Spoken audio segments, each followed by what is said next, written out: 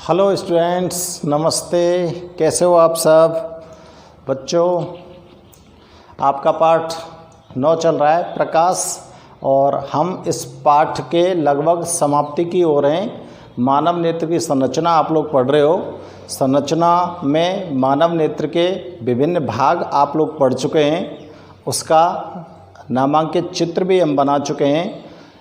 तो बच्चों, आँख से संबंधित कुछ महत्वपूर्ण बिंदु हैं, उनको आज मैं आपको इस वीडियो में बता रहा हूँ। आप बड़े ध्यानपूर्वक वीडियो को देखेंगे। और बच्चों, आप लोग अगर वीडियो को पसंद करते हो तो आप कमेंट्स करके मुझे बताया करो कि वीडियो आपको कैसी लगी, और लाइक भी किया करो। और अगर आपको कोई समस्या आती है तो आप लोग कमेंट्स में मुझे नोट कर सकते हो, मैं आपके कमेंट्स को चेक करता हूँ, ठीक है ना। तो बच्चों, हम आज आँख से संबंधित बहुत ही महत्वपूर्ण टॉपिक है समंजन क्षमता का, जो बड़ा ही अजीब है। आपके आँख के अंदर बड़ी अजीबोगरीब घटना घटित होती है। अजीबोगरीब घटना कैसे होती है? जैसे आप लोगों ने देखा होगा कि कोई कैमरे वाला जो होता है, वो कैमरे वाला जब फ़ोटो खींचता है तो उस कैमरे के सामने एक बड़ा सा पहिया होता है, उसको इस तरह से घुमाता है, वो उस पहिए को, है ना। कैमरा होता है, उसके ऊपर से ऐसे घुमाता है उस पहिए को, है ना। तो वो अगर उस पहिए को नहीं घुमाए तो आप लोगों का जो फ़ोटो है वो साफ नहीं होएगा। तो उस पहिए को घुमाकर क्या करता है? उस कैमरे के अंदर जो उपयोग किए जाने वाले जो लेंस होते हैं, उन लेंस के फोकस को आपके ऊपर सेट करता है, आपकी दूरी के हिसाब से कि आप कितनी दूर खड़े हो। अगर अधिक दूर खड़े हो तो फोकस दूरी को वो बढ़ाता है उससे, और अगर कम नज़दीक खड़े हो तो फोकस दूरी को घटाता है पहिए को घुमाकर। समझ में आ गई बात? तो कैमरा के अंदर तो पहिया को घुमाकर फोकस दूरी को सेट कर दिया जाता है, ताकि आपका चित्र एकदम साफ और स्पष्ट दिखाई दे सके। परंतु एक चीज़ मैं आपको बता रहा हूँ, आप लोगों की जो आँख होती है वो भी कैमरे की तरह ही काम करती है, और ये ऑटो फोकस होती है।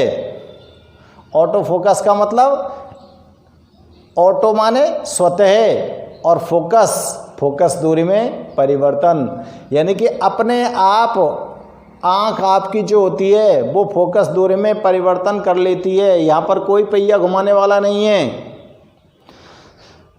और इसको आप कैसे समझ सकते हो? आप कितनी भी दूर रखी वस्तु को देख सकते हो, कितनी भी नज़दीक रखी वस्तु को देख सकते हो, और इसे देखने में कितना वक्त लगता है। अगर मैं दूर नज़र करता हूं तो मुझे तुरंत दूर की वस्तुएं साफ दिखती हैं, और नज़दीक नज़र करता हूं तो मुझे ये भी साफ दिखती हैं। तो आपकी आँख कितना फास्ट काम करती है उस फोकस को सेट करने में, क्योंकि जैसे ही नज़दीक की वस्तु को देखेंगे हम तो फोकस दूरी को एकदम घटाना पड़ेगा। फोकस दूरी घट जाएगी तो वस्तु से आने वाली जो प्रकाश की किरणें हैं वो सीधी सीधी आपके रेटिना पर फोकसित हो जाएंगी। और अगर दूर स्थित वस्तु को देख रहे हैं तो आँख को तुरंत फोकस दूरी को बढ़ाना पड़ेगा, जिससे दूर से आने वाली प्रकाश की किरणें भी रेटिना के ऊपर फोकसित हो जाएं और प्रतिबिंब बन जाए। और ऐसा आपकी आँख हर पल करती है। आप ये कसरत आँख से करवाते ही रहते हो, कभी यहाँ देख रहे हो, कभी वहाँ देख रहे हो, कभी किसी को देख रहे हो, कभी किसी को देख रहे हो, करवाते हो ना।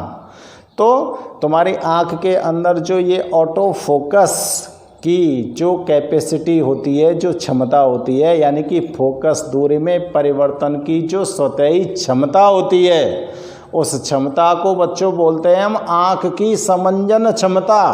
क्या बोल सकते हैं हम? आँख की समंजन क्षमता। और इस टॉपिक को पढ़ने जा रहे हैं हम अब, ठीक है ना। तो मैं हेडिंग डाल रहा हूँ नेत्र लिख दूँ आँख की जगह, नेत्र की समंजन क्षमता।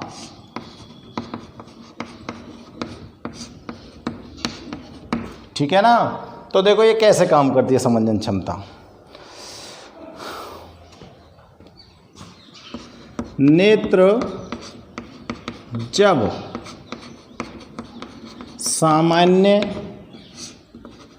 अवस्था में होता है तो नेत्र जब सामान्य अवस्था में होता है तो अनंत दूरी पर रखी वस्तु का प्रतिबिंब, तो अनंत दूरी पर रखी वस्तु का प्रतिबिंब, अनंत दूरी पर रखी वस्तु का प्रतिबिंब कहाँ पर बनेगा? रेटिना पर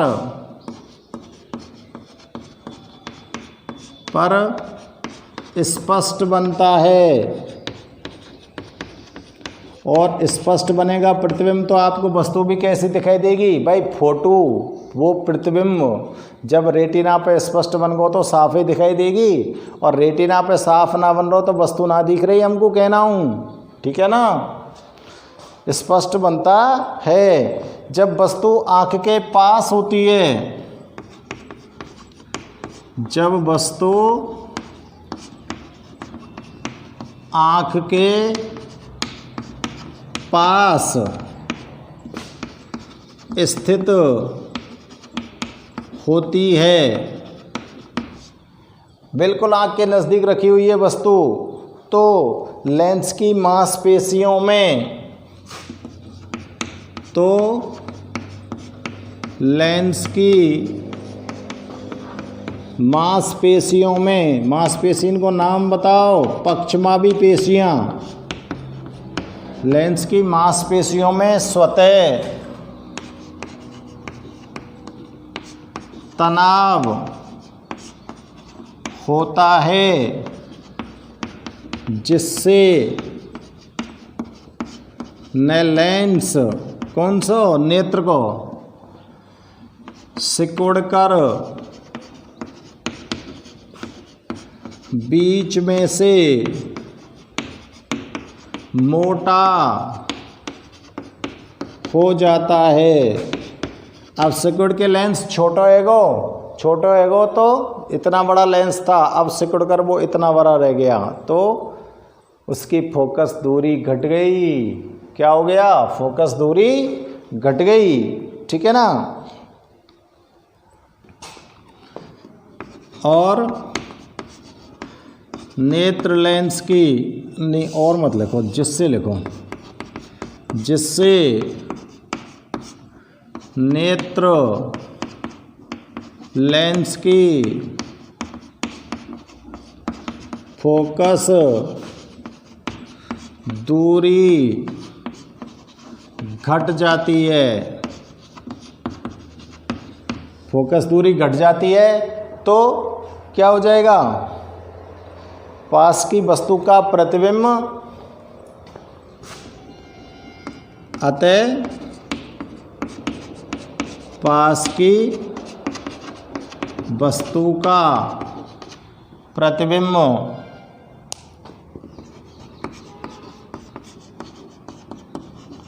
रेटिना पर बन जाता है। अब रेटिना पे बन गो तो वस्तु आपको दिखाई दे गई, ठीक है ना।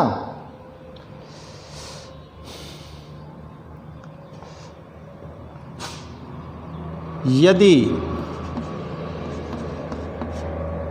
कोई वस्तु दूर स्थित है तो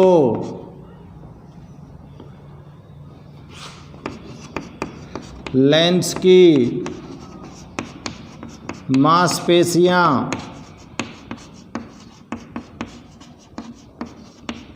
लेंस को खींचकर लंबा व पतला कर देती हैं, जिससे क्या होगा? नेत्र लेंस की फोकस दूरी बढ़ जाती है। और वस्तु का प्रतिबिंब पुनः रेटिना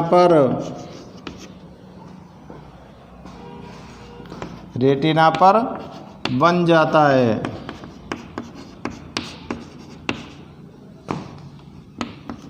अतः वस्तु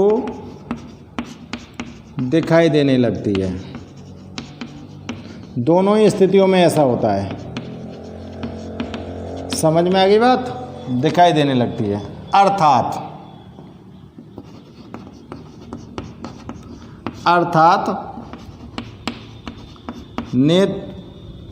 चलो पक्षमावी पेशियों की सहायता से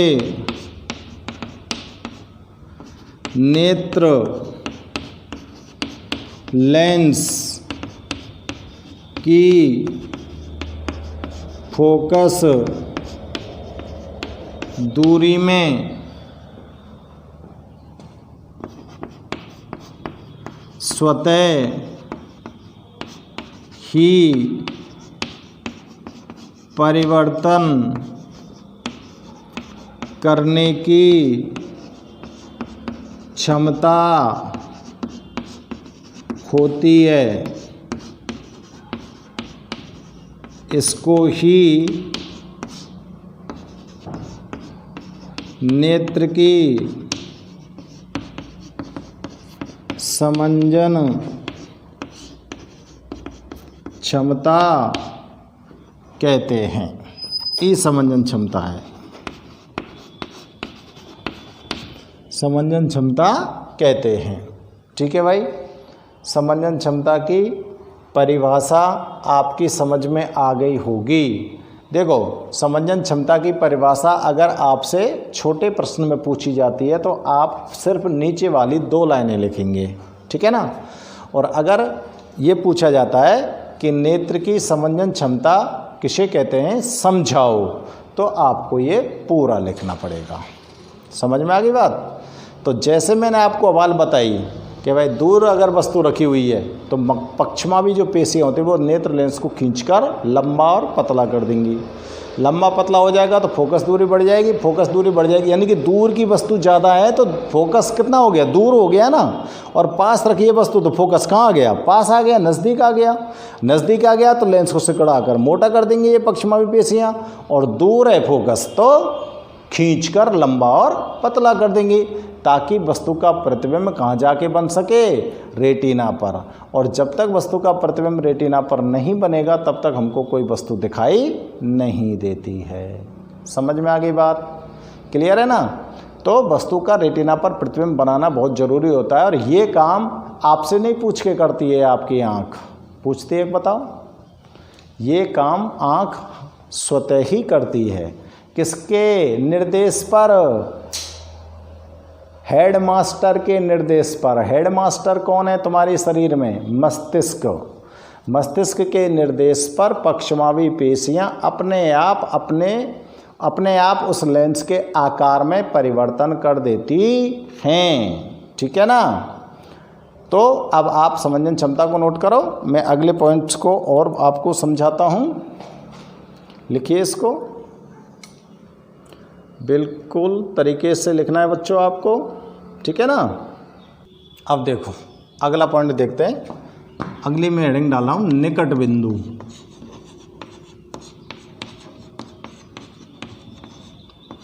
आँख का निकट बिंदु किसे कहते हैं और ये कितनी दूर स्थित होता है, ठीक है ना।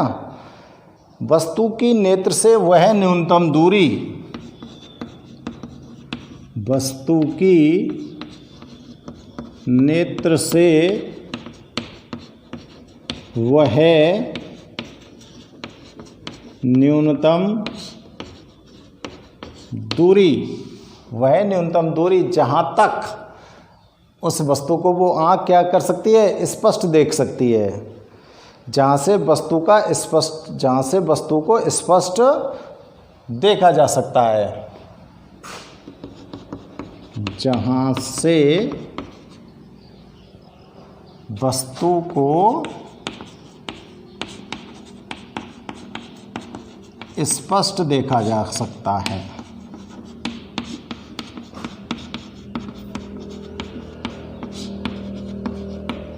उसे नेत्र का निकट बिंदु कहते हैं।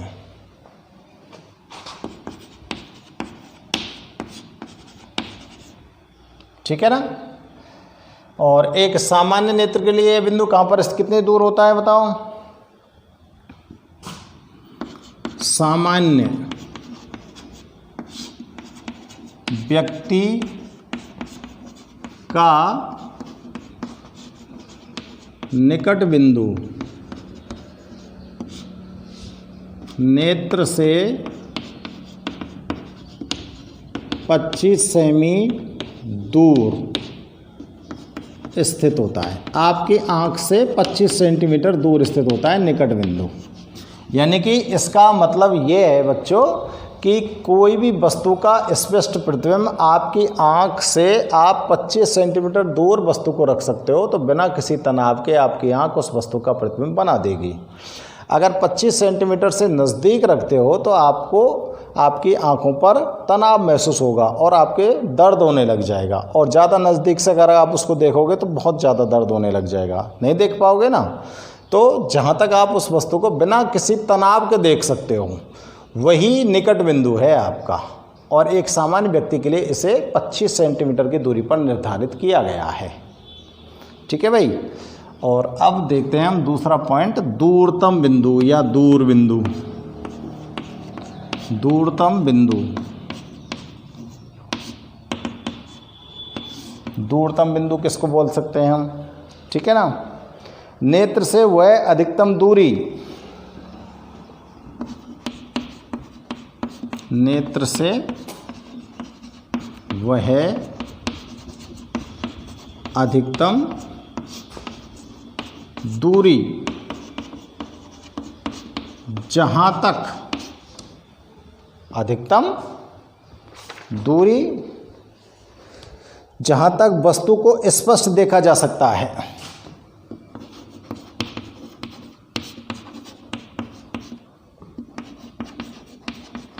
स्पष्ट देखा जा सकता है, उसे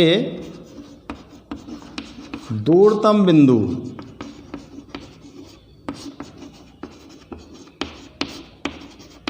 कहते हैं। मतलब जितने दूर तक तुम्हारी दृष्टि चली जाए, कितनी दूर तक आप वस्तुओं को साफ साफ देख सकते हो, वहीं पर आपका दूरतम बिंदु है। और ये कितनी दूर हो सकता है, इसकी कोई लिमिट नहीं है। आप कितनी भी दूर तक देख सकते हो, यानी कि अनंत दूरी तक देख सकते हो। ठीक है ना। अगर आपकी आंख में कोई दोष नहीं है तो इसके लिए लिखेंगे बेटा हम क्या, सामान्य व्यक्ति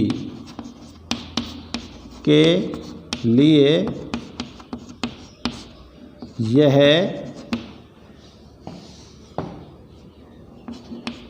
नेत्र से अनंत दूरी पर स्थित होता है, या कि कोई लिमिट ना है। ठीक है ना। तो ये दो बिंदु है कि बच्चों। अब देखो एक पॉइंट और है, दृष्टि परास।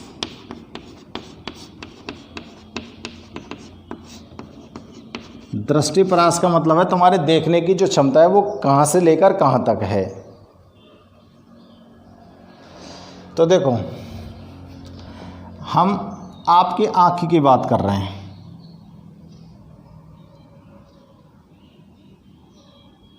तो देखो निकट बिंदु और दूरतम बिंदु जो हैं उनके बीच की दूरी को मतलब निकट बिंदु से दूर बिंदु के बीच की दूरी को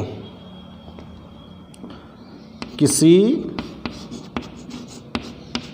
सामान्य नेत्र के निकट बिंदु से उसके दूरतम बिंदु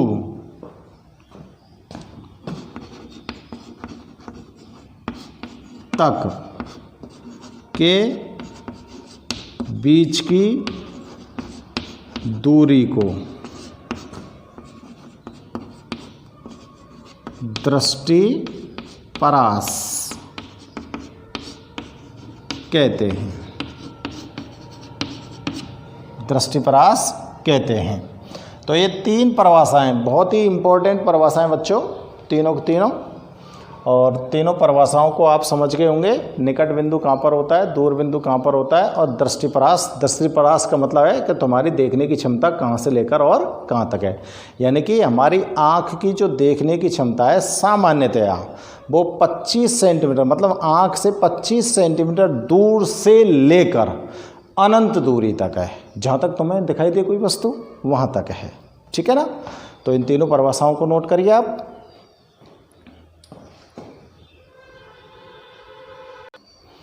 अगला पॉइंट चेक करते हैं बच्चों। देखो, दृष्टि दोष का।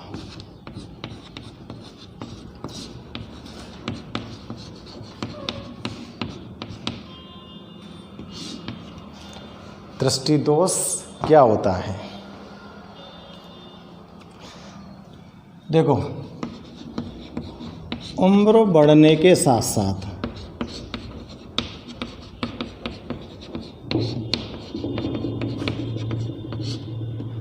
नेत्र लेंस की समंजन क्षमता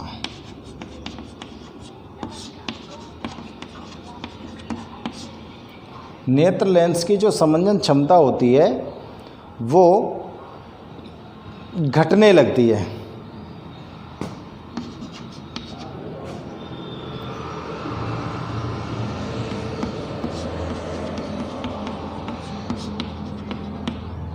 और इसके कारण हो सकते हैं या चोट लगने से भी समंजन क्षमता घट सकती है। ठीक है ना। और या अत्यधिक तनाव से, अधिक टेंशन हो सकती है ना, तब भी अत्यधिक तनाव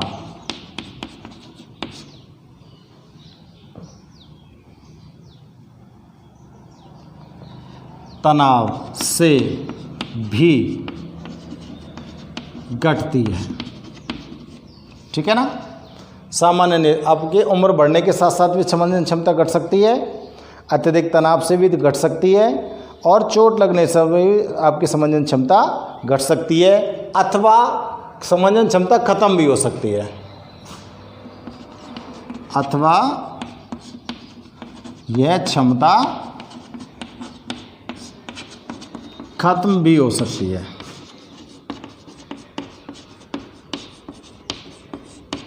ठीक है ना। जो समंजन क्षमता है, समंजन क्षमता का मतलब तो समझ ही रहे होंगे अब तुम, जिसके कारण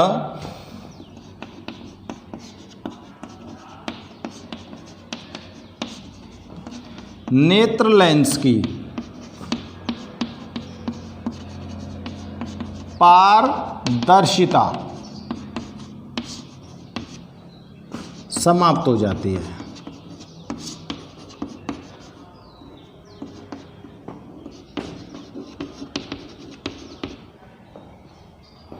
पारदर्शिता अगर समाप्त होगी तो क्या होगा?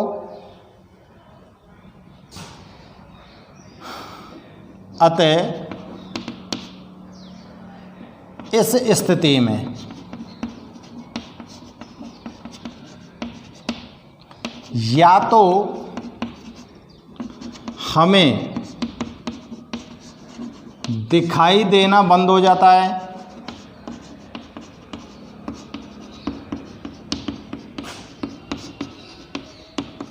या हमारी आँख में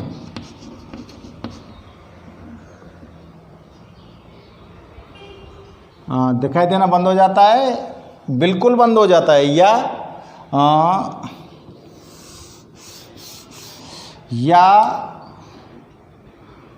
दृष्टि बाधित होने लगती है, मतलब साफ साफ नहीं दिखता है।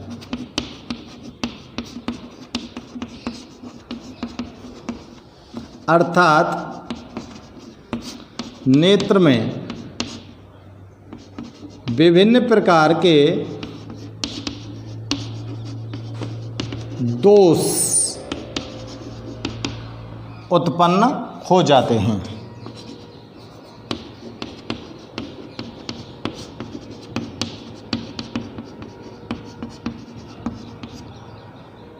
ठीक है भाई, देखो नेत्र दोष क्या है, यानी कि नेत्र में दोष उत्पन्न होने का कारण क्या है। तो नेत्र में दोष उत्पन्न होने का कारण तो आपको ये मैं बता रहा हूँ, जब उम्र बढ़ती है या फिर आपकी आंख में कोई चोट लग जाती है या फिर नेत्र के अंदर कोई बहुत ज़्यादा तनाव हो जाता है, ऐसी स्थिति में आपके आंख की जो समंजन क्षमता है वो समाप्त हो जाती है या घट जाती है। समंजन क्षमता समाप्त भी हो सकती है और कम भी हो सकती है, दोनों ही बात है। अगर समंजन क्षमता बिल्कुल समाप्त हो चुकी है तो आपका नेत्र लेंस का जो इधर उधर हिलना डुलना है, छोटा होना है, बड़ा होना है, ये सारे काम बंद हो जाएंगे। ठीक है ना, सारे काम बंद हो जाएंगे तो आपको ठीक से दिखाई नहीं देगा। और अगर घटी है तो उसकी क्षमता कम हो जाएगी, नेत्र लेंस का जो घूमना है इधर उधर वो कम हो जाएगा। तो ऐसी स्थिति में आपकी दृष्टि बाधित होने लगेगी। दृष्टि बाधित होने का मतलब आपको हो सकता है नज़दीक की वस्तु साफ नहीं दिखे, हो सकता है दूर की वस्तु साफ नहीं दिखे, ऐसी स्थितियाँ आने लग जाती हैं। ठीक है ना, तो ऐसी अगर कोई परिस्थिति उत्पन्न होती है तो उससे आपकी आँख के अंदर अनेक दोष उत्पन्न हो सकते हैं। और ये नेत्र दोष कौन कौन से हो सकते हैं ये आप लोग ठीक से एक बार देख लो। हमारी आँख में निम्न नेत्र दोष हो सकते हैं।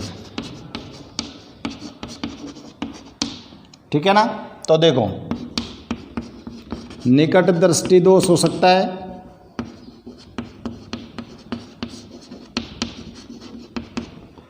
दूर दृष्टि दोष हो सकता है,